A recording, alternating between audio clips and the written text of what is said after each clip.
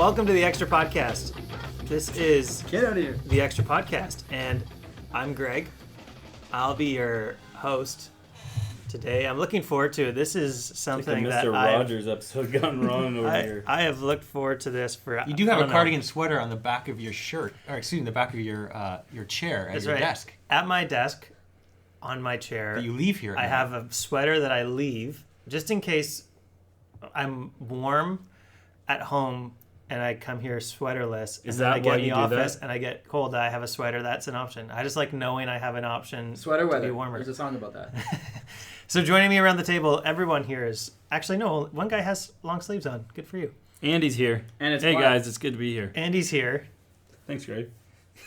Kyle's here. It's a pleasure to be here. I just wanted to introduce myself. That's all. Seems so unlike you. Jeremy's here. Hello. And special guest, Woohoo! Andrew I've been here before. Gulevich. Yeah. More. With the long sleeves. Why the long sleeves? It's a beautiful You day want to know outside. why? I get made fun of all the time for wearing these shirts, but I got a good deal last week at American Eagle. So I figured, you know what? So you're wearing it because you have it. Because I have it. It's a good deal. They're clean because I just bought them. I don't. Well, how many other people have tried them on before you bought them? Well, that's another story. I don't know. Okay. Did you ask your wife if that outfit matched before you left home? She did say that I needed a different undershirt because see this? Oh, that's Oh my! So is you'll notice goodness. the top buttons done up so you can't see what's under. that is some mixed patterns going Yeah. on. Hey, that- quiet. We have plaid on the outside, striped on the inside. So See my not underwear. only do we have Oh, a dear. stripe problem, but we've got a color problem too. Why? I don't know. I don't know See, about she those explained shorts, that man. these are neutral. They're like a beige, and then the patterns are complemented here. No, you're not. That's, For those of you who can't see this, which is he's wearing all of you listening to this, It's everyone. it's everyone. His shorts are like a brown. They're in the mustard tan. family. Yeah, they are in the mustard Really? family. That's a Dijon right there. Yeah. I see Yet what you his did there. shirt Eh? is a color of blue, black, and green. But look at these flip flops. Kind of no. Yeah, I guess you got a case there. Any rate, So Gitch is here with us. Andrew, we call you Gitch, but why does that happen? Why do we do that? I don't know. I think sometimes, see, you learn about this. Like bullies make people feel smaller to make themselves feel better. that'd be pretty much the story of Greg's life. So wait, so you don't know why people call you I do. Gitch? And it's a little interesting. I'll go back a long time. When I was younger, we had a family friend named Jim Foley. Okay, how far back are we going here? We're going back to when I was like about 5. Wow, we're rewinding it But like don't 10 worry, years I'll here. speed it up. Okay, good. There's a big break in between. But Jim Foley was a good family friend, and he operated equipment for landscaping. He did a bunch of work at our house. We were good friends, and so I always called him Earthworm Jim. I'm a 90s kid, so that By the was way, that's a popular show. legit cartoon. It's a great cartoon. It's a great cartoon. But Kyle probably doesn't have a clue because, well, I missed that. My kids weren't born yet, so yeah, I missed that phase. anyways, Earthworm Jim. It's a great show for 80s and 90s kids. And I called him Earthworm Jim. He said, you can only call me Earthworm Jim so long as I can call you Stinky Underwear Andy. So I thought, Earthworm Jim, Stinky Underwear, I could put up with that. Yeah. So It's a good fast forward trade. to September of Yeah. 2014, just recently. We're in the office, and everyone calls me Gulevich or Gully or Andrew. And I started calling Dan Sparrow Dirty D. Just thought it's a good name. So he thought, well, if you're going to call me something, I'm going to call you something. So he asked a couple of the interns, what should we call him? And then Luke Friesen said, I like Gitch. Gitch, Gulevich? Yeah, let's go with Gitch. So Luke and Dan from that day on have always called me Gitch, and it's caught on. It's stuck. I'm not gonna lie to you. I was kind of hoping for a little better story. Than I know, it's a lame story. Yeah, I could. Just You might shortens want to the just make it syllables up of your next last time. name. I'm also not entirely sure you needed the whole 5-year-old Earthworm Jim part. But see, that comes we into probably play could've when skipped it's a that. little bit of a foreshadow of what was to come. Oh, okay, I got Little did I know when I was 5, getting called Stinky Underwear Andy, that this would actually come back later. Because some people don't actually know, but Gitch is a sort of a slang term for underwear. Well, we need to have one more quick conversation here then. No, it's not. I've noticed that. Also, it's not though. It- Gitch Gitch. is. But Gitch as well. Which goes to Andy's mispronunciation. Yeah, Yeah, we were talking about how Andy can't speak, Familiar. I can't. which hurts his spelling. You wrote a book. I mispronunciate and misspell things on a regular basis. So you used to go by Andy, and now you go by Andrew. When did you make that change? I hated Andy, by the way, being called Thanks. Andy as a Thanks. kid. I know I Appreciate like that. you, but I hated being called Andy. Which Just is made Greg's day. part of why being called Stinky Underwear Andy was a bit of a thorn, because I never liked being called Andy. You didn't like the Andy part. I didn't like What's the Andy wrong part. with Andy, man? It's a good name. Well, Strong, it is. solid. And then I met you, and now I get lots of people. I Oh. request that they call me Andy.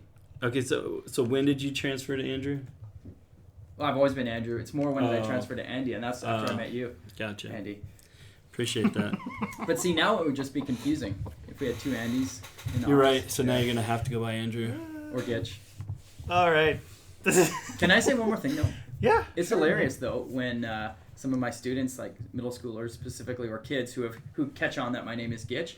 So in the church, in the hallways or whatever at church, they'll be walking with their parents and they see me. They say, "Oh, hey, Gitch," and their parents are just appalled at what their kids and they say, "You gotta apologize. That's not a nice thing to say." Little do they know that that's actually my nickname. So it is funny to watch more of the parents' See, reaction. you have handled this giving of a terrible nickname. You've handled it really well. That's a pretty Like good some nickname, some though. Come on. people might Mm. bemoan that to their grave. You're like, huh, sure. Yeah, I'll wear it. If the Hey, shoe fits. We should Where- probably Get mention what fixed. Andrew actually does here. Yeah, what do you do here? Yeah, no Why are idea. you here? Here right now or here No, at the no, church like in on general. staff? Yeah. Yeah, so I am the director of youth ministries at the Mission Campus. So I run the show out there along with some of my volunteers, and I'm kind of oversaw by Ron Friesen, and we make it happen over there, all things youth. Cool. That's great. So if you are interested in youth, or if you have kids or whatever that are interested in youth, and you live North Abbotsford or in Mission, and you want to check out the Mission Youth stuff, just email Andrew. Mission Youth. Oh, Mission Get Youth. this. I had this set up. Mission Youth at northview.org. Awesome. You want me to spell it? No. No. Mission Youth. That makes sense. Yep.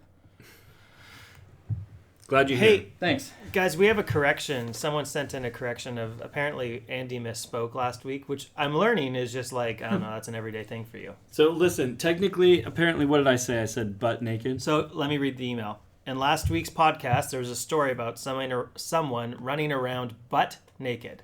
This evokes the image of someone being completely clothed except for their butt, Which would be funny. which I Like a hospital. Okay, who wrote this in? suppose it could be accurately said of Saul that he was butt naked as he did his business in the cave in the desert of En-Gedi. But the appropriate term for being completely naked, as if one were wearing buckskin, is buck naked. Although there is some debate on the subject, it's likely that the term buck naked is the correct term and that butt naked is the result of phonetic confusion. I have been known to be phonetically confused at times. Phonetically or phonically? Phonically. This person wrote down phonically. I think Maybe it's that's phonetically. Yeah. Yeah. Phonics? Phonetics? Well, listen, normally I would deny those charges and say that I Sound to said it sound, correctly, but the fact is you could just go check the other podcast, and I'm going to trust this individual that I did say butt naked. But truth be known, I think the reason I do that is I actually like the word butt naked better than buck naked. Right. So, Do you get Yeah. the same picture? but in I your head as appreciate I do? appreciate the correction. I'm always appreciative of people's willingness to correct us on this. Yeah. Because we're not perfect.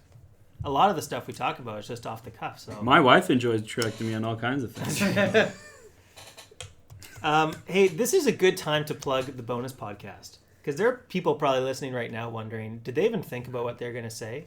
We've been talking about underwear and about being butt naked, and this has not been a good investment of my time. I don't like the banter. If you like the content, but not the banter, the bonus podcasts, they're much more focused in their time and energy, and they prepare. And so you can check out the bonus podcast online too. I sometimes listen to this podcast, but skip to about minute 6 or 8. Usually I just get through all that. Great. It's another option. Good. Well, now no one knows about your story. Well, If they now just- that we That's already, true. now that we Don't shared do his that. story, we might as well just kick Andrew out of here. Hey guys, I have a few questions we can make our way through here. The first question has to do with 1 Corinthians 11. verses 27 and 32, where Paul's talking about the Lord's Supper, and I'll read the question out. We were reminded this past weekend, this was last week, so it would have been the message about, the message that this questioner is referencing is the one with Paul and Saul in the cave. We were reminded that restoring relationships is our responsibility and is necessary for a clear conscience with regards to participating in the Lord's Supper. 1 Corinthians 11, 27 through 32 encourages us to first examine ourselves before participating so that we do not partake in an unworthy manner and thus be guilty concerning the body and blood of the Lord. This came up in our group discussion, care group discussion, that we all actually have fractured relationships. In my own family, we're dealing with a challenging relationship with one whom we feel has rejected God's truth and chose a path that's not right. Without giving us any excuses for our own pride, how do we reckon or our standing in such situations and know we're able to approach the table and participate and not bring judgment on ourselves? Well, first, this is a great question. One of the things, I'm just now coming to that piece of scripture. My cell phone was going pretty slow there. That I've heard people misunderstand this verse before, so I'd want to just take a moment to make sure that we're clear on what's being said. I remember I had a young adult once who didn't participate in communion for a year. And I remember eventually just talking with her about it and just saying, why aren't you participating in communion? And she said, well, I have this relationship with this person, and it's not good, and I need to fix that relationship. But yet, there was a couple things that I thought was interesting about it. One was that she wasn't actively seeking to fix that relationship. She just wasn't participating in communion. And then the second thing was that this was a non-Christian relationship. That was fractured. And I'm still reading in here that here in Corinthians, what we're looking at is Paul is talking about our relationships with our brothers and sisters in Christ. That we're talking about sitting down at the dinner table with our brothers and sisters in Christ, and that when we come to that dinner table, just like you would with a family dinner table, you seek to meet your relationships, to fix your relationships. You seek to be on a right relationship with your family as you come and you sit and you have a meal together. And the same thing with the church. That when Paul here is talking in verse 33 about your brothers and sisters, that he's talking about the church, and that those people that you are in relationship with at the church as you're coming to, whether it's Northview or wherever, and you're partaking of communion, that you should be in right relationship as best you can do and of yourself. But would we limit it to Christians you're in relationship with just at the church you're currently at? Because then you could just skip to the next one. Once your relationships are such at one church that you can't ever have communion, you just decide, I'm going to go to a new church. Right. No, I would put more of a blanket statement. We're talking about brothers and sisters in Christ. Good. So how do you know if the conflict or the fractured relationship that you're in is one that should prohibit you from the table or should not prohibit you from the table? What's the difference there? I was just looking for it here in the Sermon on the Mount, but I'm not finding it. I don't know the exact reference, but the words are to kind of reconcile so much as it depends on you. And so I think in some cases, certainly not all, but there may be some conflicts or some hurt that just will just need more time. But we even were encouraged in the Sermon on the Mount while we were at the altar giving a gift, but we have something unresolved to actually leave it there, go deal with what we have to deal with, and then come back. And so I think it's a similar principle in terms of don't come with harbored resentment. And so I think sometimes there's only so much you can do on your end, because I can't control if I have a conflict with another person. I can't actually force them to forgive me or force their side, their heart to be softened and resolve it that way. So that's something to keep in mind too, is there is only so much you can do. Yeah, that reference Romans 12:18 as if possible, as far as it depends on you, live peaceably with all. So there's the onus is on us to try to make and mend relationships. And that passage in 1 Corinthians, as it looks at not taking the Lord's Supper in an unworthy way, we need to recognize that it's about Christ first, and how are we connected to Him? What's that relationship we have vertically? And because of what He has done, in order to make people, make a church that worships Him, worships Jesus, we're to live, in unity with one another. So the ideal is to be connected to God and one another. And then we strive toward that. And conversation is a great way to tease out, going back to Greg's question, I've done this or I haven't done that. And so if you are in a community and you are discussing these things, then that's a great context to try to think through the application of this passage.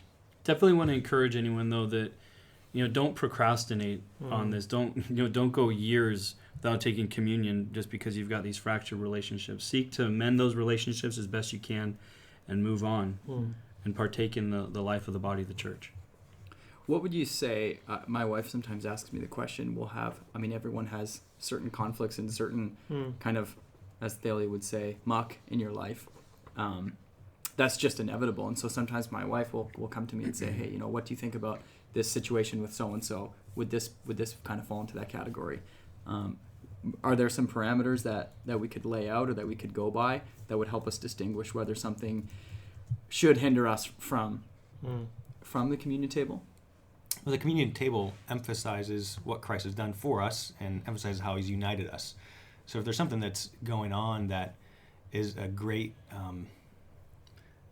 disservice to that unity, or that is a negative example of what that unity should be, that's where I think Paul is trying to get people to wake up, to realize that they have been forgiven, but yet to seek that forgiveness actively from Christ, and to live out that forgiveness with one another and try to mend those relationships. So the communion table is a great reminder for the relationship that we have with God, and to continue to, we all mess up. Every day we mess up. Every moment of every day, just about, we're messing up. So to be reminded of what He has done for us and the forgiveness He offers and how we come to Him, as well as the unity that should produce in the group of believers.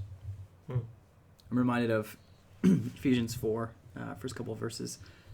This is Paul talking. He says, I, therefore, a prisoner for the Lord, urge you to walk in a manner worthy of the calling to which you have been called, with all humility and gentleness, with patience, bearing with one another in love, eager to maintain the unity of the Spirit and the bond of peace. That's Paul, not me. All right. Thanks, guys. Thanks for engaging that. Here's another one that we wanted to get to. Actually, Darcy gave us a little preview last week that this was going to get talked about. So a couple of questions here. They were wondering if we could talk a little bit about the differences between, not the differences, but how can we talk to either a Jehovah's Witness or a Mormon when they come to our doors? So, Andy, I think you brought your book for just such an occasion as this. Right? Actually, I'm going to quote that from my book later. Awesome. Oh, are you? But, yeah. Okay. But do you just carry that book with you? I do always? carry the book with me. I do. I hold it next to me. I may or may not sleep with it. That under book my actually. Pillow. I can neither confirm or deny that. Every night it sits on my nightside table. Yeah, unread. Well, a lot of it. Why did we invite you here? But when people say, "Hey, there's a good book," yeah, I have it. I have it. It sits on my nightstand. I don't read it. You know what sits on my nightstand? Truthfully, what sits on my nightstand is a book called How to Dress, and it gives me good fashion tips. Tells you and to I buy might need to lend that one to underwear. you. I might need to lend that one to you. So at any rate, what's interesting recently? I don't know about how it happens with you, but I always seem to be in a hurry someplace or doing something when a Jehovah's Witness or a Mormon comes knocking at my door. Recently, I was sanding my garage door when a Jehovah's Witness snuck up on me, and he actually quite frightened me as I turned around and there's two dudes standing right there behind me, ready to evangelize me. So. And I always have to just take... So I guess my first piece of advice is something that I have to tell myself every time, and that is to take a deep breath and just make time for them.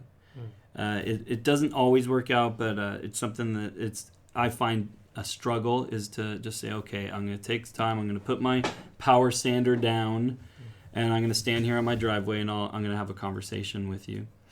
So there's many things that I would suggest in those people who get into conversations with Jehovah's Witnesses. But I'll give you kind of, some of the advice. Here's some advice that I've learned over the years of talking with them.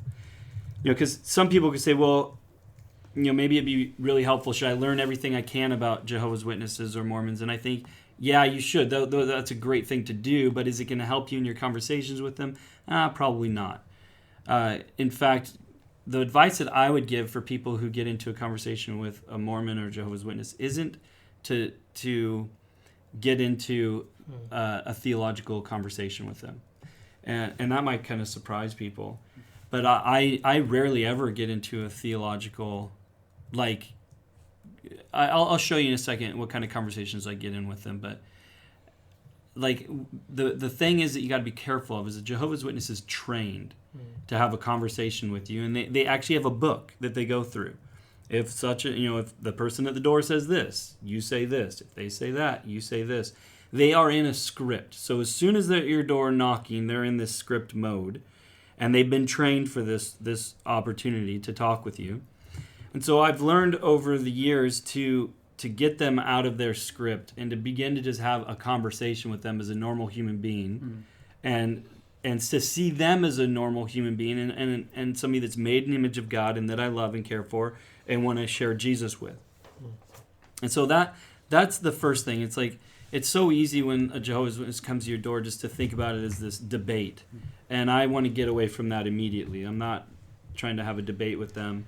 I just want to talk with them. And so one of the things that I'll often do, I'll just tell you what happened recently at my garage door. I let them talk for a little bit because I'm soon going to take a hold of the conversation and I'm not going to let them talk again. So I just want to give them an opportunity to get out whatever they've got on their chest. So I let them talk for a little bit and then I get a hold of the conversation. Now, this is one of my tactics. I figure, hey, you're coming to my door and you want to talk with me? Well, I'm going to steer the conversation where I want it to go, not where you want it to go.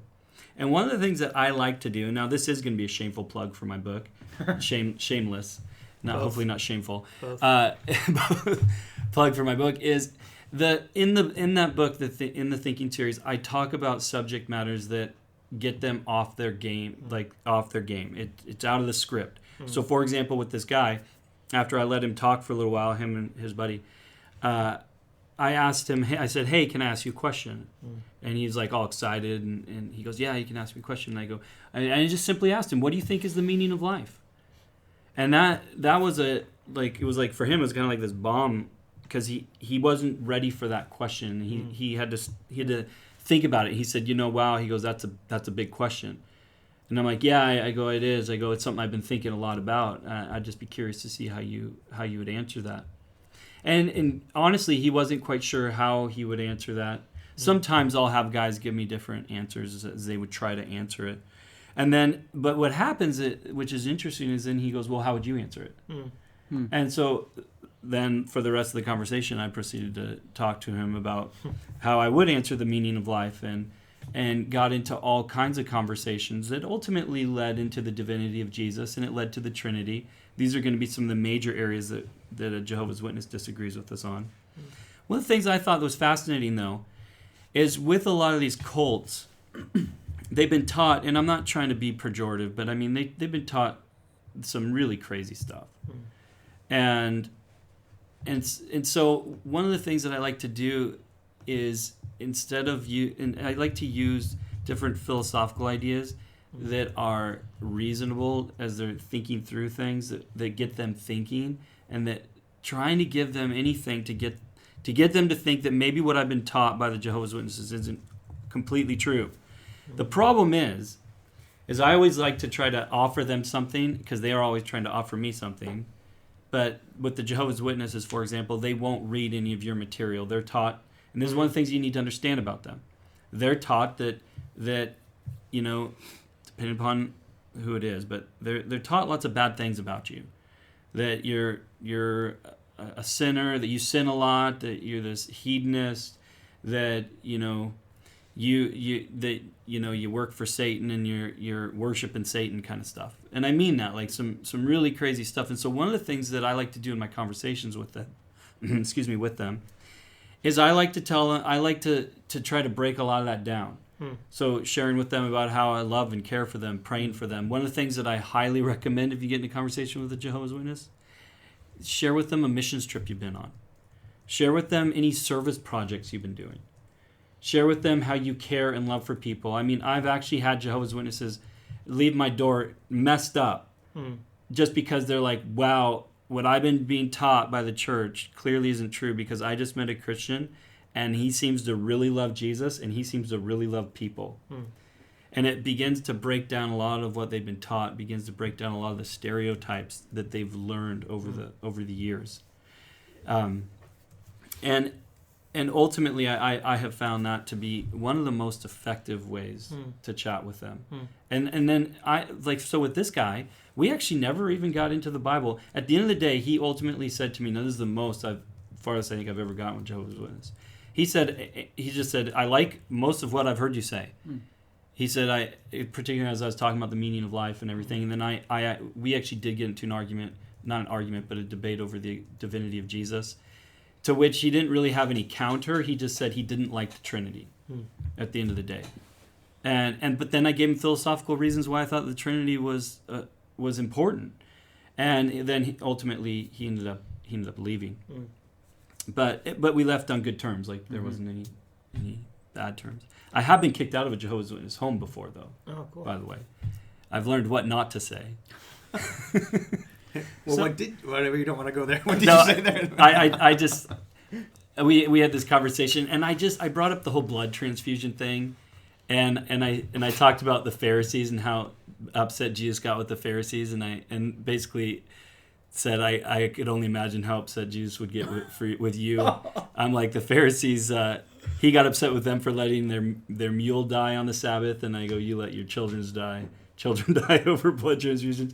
Not the best way to go. And it's not bridge building. No, it really isn't. I've learned the hard way what not to say, and I did get asked to leave from their home. So one of the... Kyle, you wanted to jump in here. Did you want to talk a little bit about Mormonism? Sure. Yeah, let's talk about that. I think things that Andy brought up are very transferable, very important about making that connection with people as you meet with them. And maybe not leading off with the contentious point is the point you want to get to at some point is, who is Jesus really? What's his nature? What is he really like? But to have some sort of connection with them, build a little bit of a relationship with them so they can see you're a real person. You do love Jesus, like Andy said, that you may be breaking some of the stereotypes that they've been, that they've kind of gathered about other Christians. But you want to get to the content of who Christ is at some point, and to show that the way that they are understanding Jesus is not the way he's described in Scripture. And we want to know Jesus because we want to love him, and in order to love him, we need to know a little bit about him, and the more we know about him, I think the better we can love him, and the better we love him, the better we will follow him. So we want to get there eventually. Mormonism, one good website is Mormonism Research Ministry, MRM.org. Really good about a lot of the details with the Mormonism LDS. Can I tell a funny story? Yes. I was a number of years ago. I was wearing a white shirt and a tie because I was meeting a friend. They're kind of previewing some ministry things that the Navigators were involved in at this hotel. It was going to be this little dessert thing, so I was going to go hear about some cool things the Navigators had been doing. And so I went there. I got there a little bit early. I wasn't sure exactly where to go. And a guy looks at me, and he sees me as a guy with a white shirt on and tie. He says, LDS? And Andy has a problem with spelling. I do too. I'm mildly dyslexic. LSD. And I thought he said LSD. I thought he was offering me drugs. And I was like, no, I don't have any. And he kind of nodded and left, and I realized that I got it wrong. That's kind of funny. Have either of you ever had, like, just to follow up on your story though, Andy, like what would you call it? A meeting with them afterwards. So the reason I ask is I had a good friend of mine similar encounter, right, where they actually entertain these people. Hey, come on in, let's have coffee or whatever. And these Jehovah's Witnesses wanted to keep going, and so they obviously had to be somewhere that particular day. So they came back the next week, same time, and they, prepared a little bit more, had some food and stuff like that, and they actually brought them in. And I think it ended. They had a few kind of meetings in succession. It ended when they got to the point where it was, hey, if you're this interested, would you like to come to our church? And I think that's kind of where the line was drawn. But I found it really interesting that my friend and his wife got to entertain these people multiple times. Yeah, I've had that opportunity, and I know a lot of other people that have. For example, I've gone to a Jehovah's Witness Kingdom Hall before. I've been to their services. I've even met with their elders and had multiple meetings with them, talking with them. I even have a friend who's a former Jehovah's Witness, and in fact, it was through people talking with him and raising different ideas that he couldn't answer, that he thought through later and talked with other Jehovah's Witnesses through later, that would ultimately lead him to leaving the church. Wow. But one of the things a lot of Christians don't understand, and you need to appreciate that when you're dealing with a cult like the Jehovah's Witnesses, or new religious movement, however you want to say that, is that these are all the same. The Mormons are the same as the Jehovah's Witnesses, as well as Muslims and Sikhs are the same. A lot of them are, in that it's more than just a religion. It's a family. And if you leave this religion, you're leaving that family. And so I think the early church understood this, like in that you have to become their family. Like when my friend is a former Jehovah's Witness, when he left, he left his family and he adopted a new family, and that was his church. And I think that a lot of churches and a lot of Christians need to understand what's all involved for them to leave and what the onus is on you in your participation with them. They need a family. Let me just say a couple other things, though, about the Mormons that's a little bit trickier than the Jehovah's Witnesses. And I would recommend a website as well, xmormon.net is a very helpful website. You need some insider perspective when working with the Mormons, and the reason is that the Mormons they use a type of theology that allows for lying. Now, I don't mean it in a negative way, and they wouldn't see it as negative, but what they see it is this idea of like a progressive revelation is what they would probably refer to it as. And that would be that the younger you are in the faith, the less that you're prepared to understand the deeper teachings. And so the deeper teachings, if you will, don't get taught till later on. So as you progress in your understanding, more is revealed to you. So that means, though, that if you're not a Mormon and nothing's been revealed to you yet, you'll get some really weird stuff that can happen. So, for example, I've had Mormon missionaries at my door that will straight up deny having worn or wearing or that holy underwear is even in existence. They just straight up deny that is actually real, that they have, and they do, holy underwear. Their Gitch is blessed. Yes. Quite literally.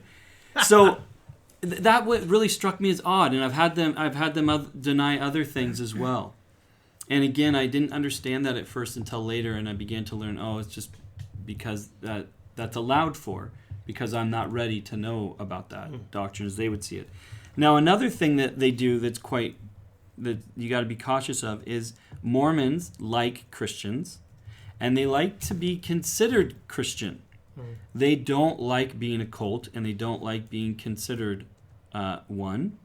And in fact, when Romney ran for president, Fox News interviewed the Mormon Church just to get their take on a variety of things. And this is one of the things that came up, is just how much they don't like being referred to cult. And so what the Mormons have done over the years is they have adopted a very Christian lingo. So you can have a Mormon at your door, and you can have this pleasant conversation, and you could walk away from it going, wow, that guy was a Christian. He just used all the same words I did, and he shared the gospel exactly how I would have shared it. But you need to understand that two things are taking place. One is that there is doctrine that they're withholding from you because you haven't progressed far enough to receive it. Secondly, they have adopted Christian lingo, and they are using the same words as you, but they are defining them quite differently. And those words mean something different than when you use them. And so you need to be cautious of the way that these two things are taking place when you're talking with the Mormon. Now, lots more could be said, but I'd leave it at that. I think what Kyle said is absolutely right.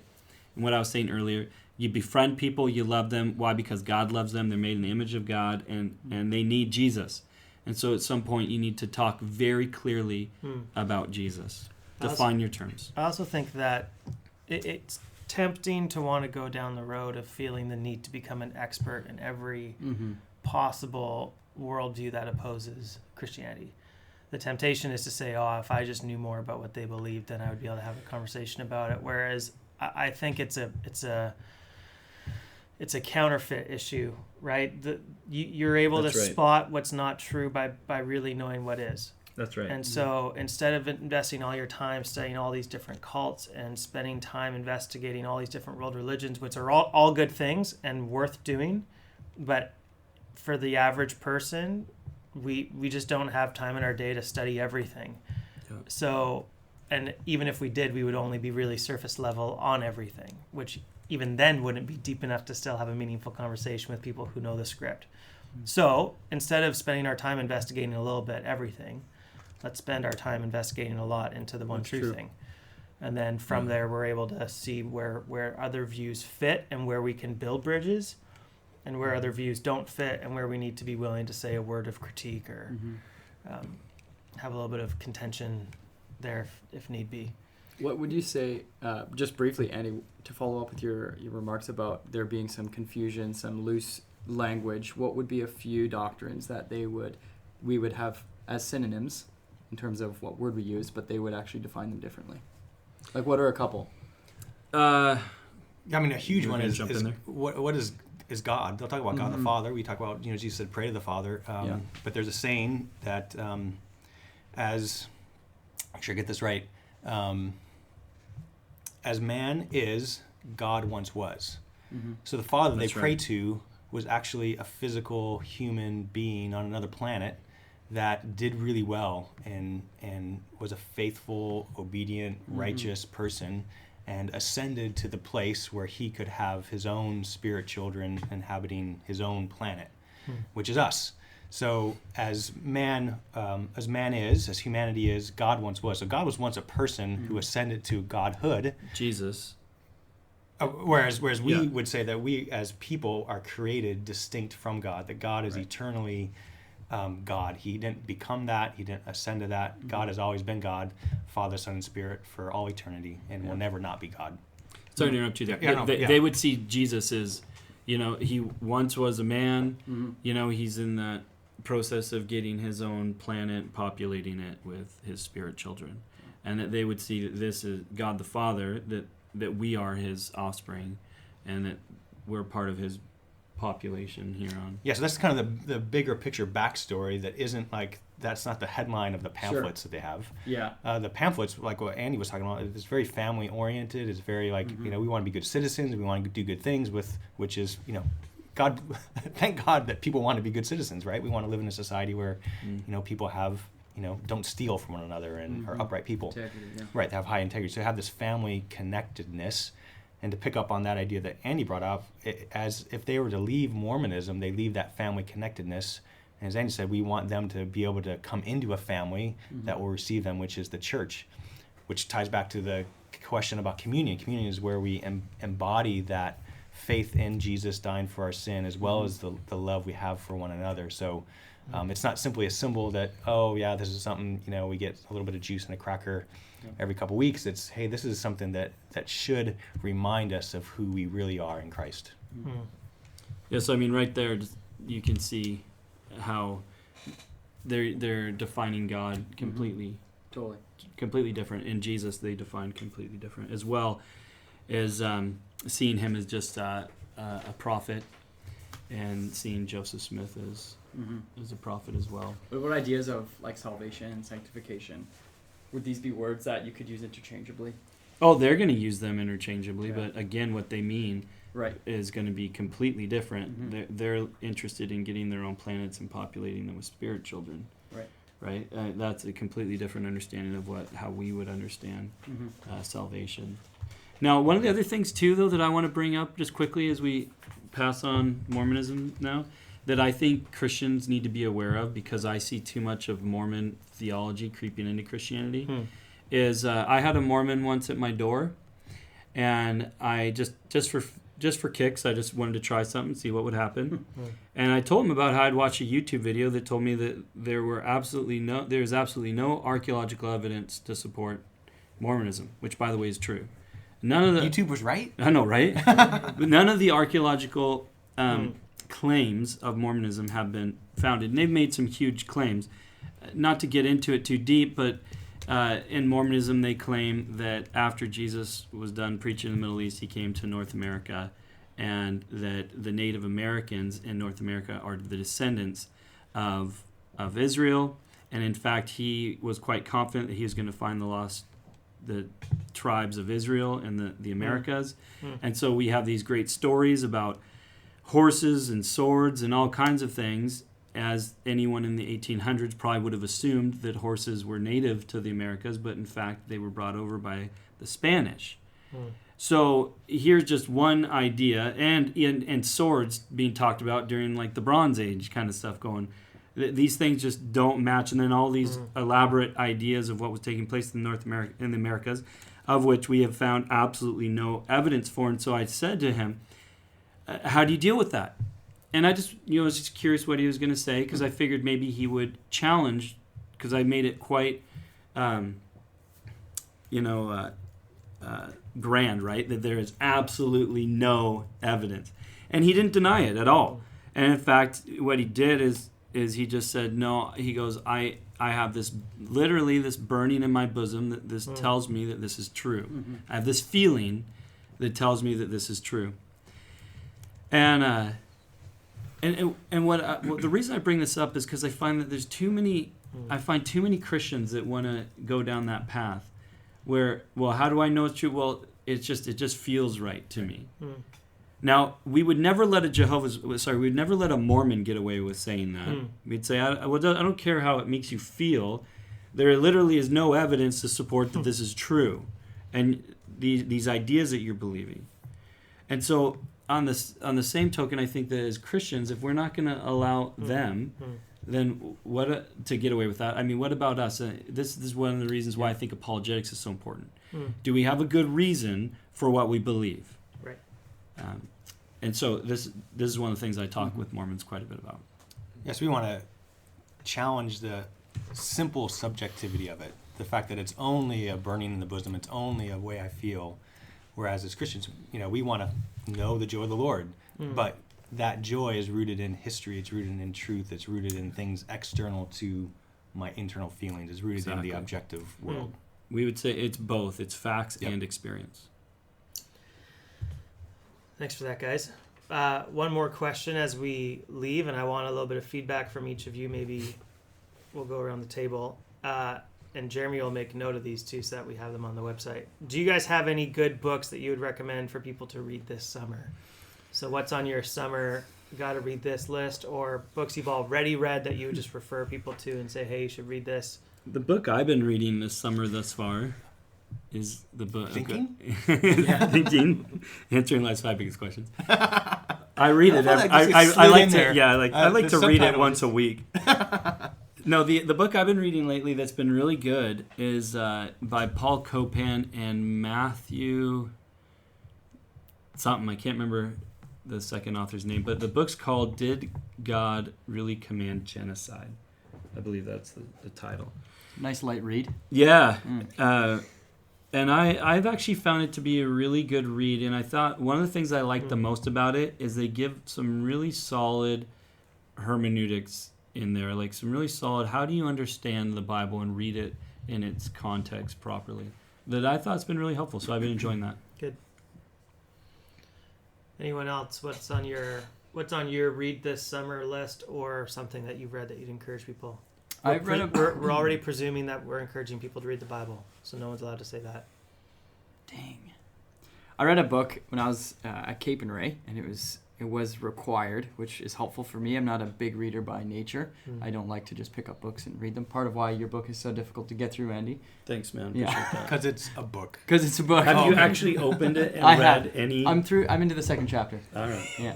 Did you read the autograph page that he gave? I think so. It was a stamp, I think. I said, Andy, will you sign my book? You know what? I'm going to come over to your house. I'm going to take that copy back. You don't deserve it. It was a gift, man. The book I read at Cape and Wright, which helped me, it's a book by a man named Henry Nouwen, and it's a short little book. I think it's around 90 pages, big font, and it's a hardcover, so it even looks a little. Did you read the whole thing? I did. Well, congratulations. Yeah. I did 10 pages, 9 sittings, 10 pages at a time. It's called Making All Things New, and I think it's it's a great book. Any of you guys ever read it? Well, are you recommending that book because it's the only book you've read, or you actually think it's a good book to read? Well, both.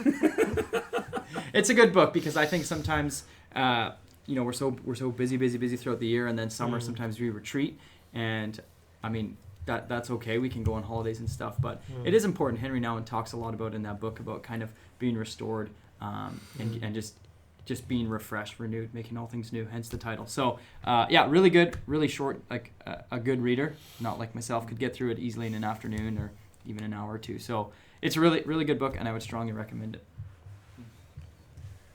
The book I would recommend would be Total Truth by Nancy Pearcey. Also, it's required reading for the interns here at Northview, but I found it really, really good, just challenging the way that we view things.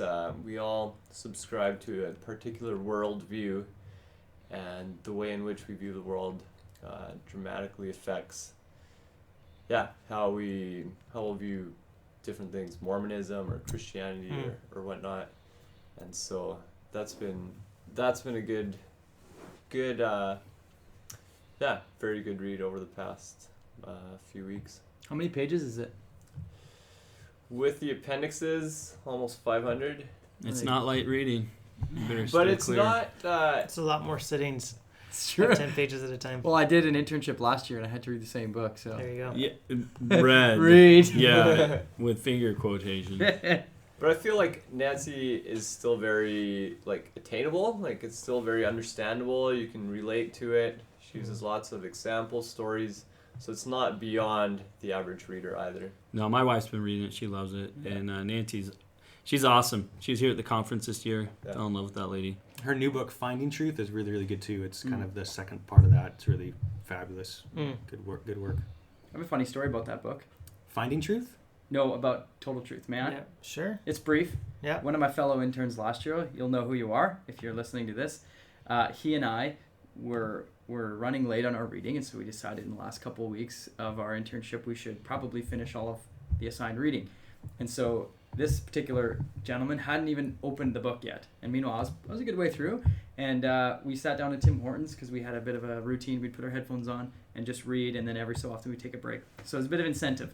And we had an hour and 15 minutes, and he said he could get through it in an hour and 15 minutes. I said, there is no way. There's no way you could get through it. He said, no, there is a way. He said, in college I learned how to speed read, and you read every 8th word backwards, and then you turn the book sideways, and he has this magic formula of how to sort of decode a book through skimming through it. No, that's not how he did it. But he would just read certain sentences, kind of skim through the pages, just fly through it. So here we are. I said, okay, I'll bet you a coffee. Bet you a coffee you can't do it. That in an hour and 15 minutes, you will not be able to give me an accurate synopsis of what happened. He said, deal. So we made this bet. This is a year ago. And Still's not done. Allegedly, he's finished. And in an hour and 15 minutes, just flying, man. There's steam, smoke coming off the pages. He's flipping through them so fast. And by the end, he would take some notes, so he sat us down. And it had been well over the allotted time. He was up to an hour and a half. And he gave us this brief synopsis. There was a couple of us there. And he was going on and on. And he kept referring to the author, Nancy Pearcey, as a he. He's on about this. He's saying this. He's talking about this. He's established worldviews, and he. And it was priceless because at the end, we had to break it to him that Nancy Pearcey is a male, not a male. Sorry, Nancy Pearcey's a female.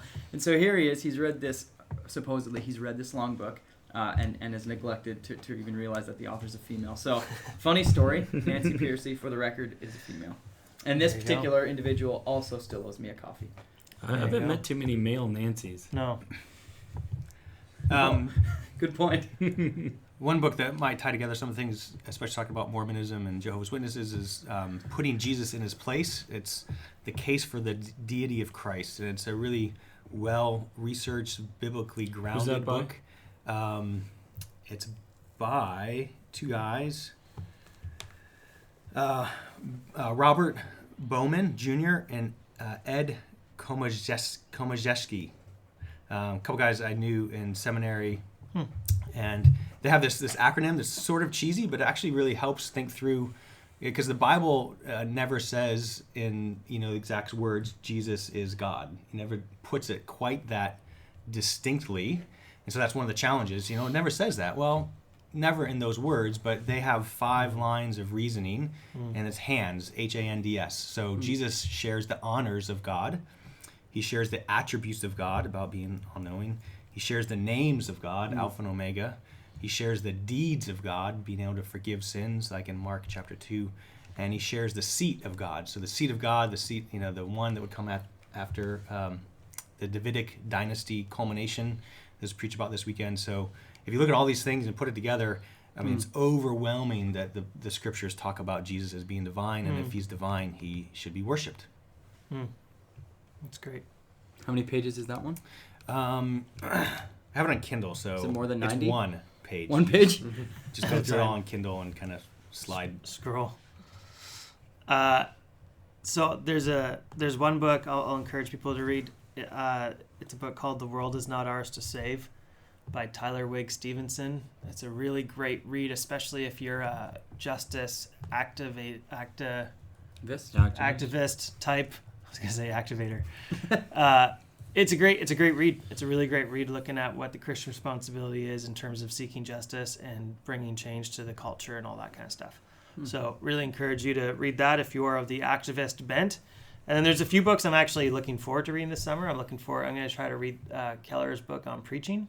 It's going to be something I'm going to do to. Yeah, I just saw that book. Just came out. Yeah, and I'm Looks not solid. And I'm not doing this as a joke. I'm actually planning on reading the Thinking book. That's on my summer reading list. You haven't read it? No, I haven't read it yet. You probably should. I haven't even cracked it open. Not a lot. You have a copy? Yeah. Because he sells them. No, I have a copy sell you of one it. right now. I haven't even opened it. Like, not even close. And I'm also going to try to read Hurlbut's book, Tasty Jesus. That's a try. So that'll be saving us from our cultural predilections. Right. What? Can we get a definition of that, by the way? I don't think anyone can. You know what? He's told me before. I forgot immediately. Kyle So knows. if you have any questions that you want to send into the Extra podcast, please do so. Send it to extra@northview.org. Looking forward to being here again next week and discussing whatever it is that people said. Gitch, thanks for joining us. Thank you, gentlemen. Jeremy, thanks for producing. Kyle and Andy, thanks for your thoughts. And thank you for listening. Thanks for hosting.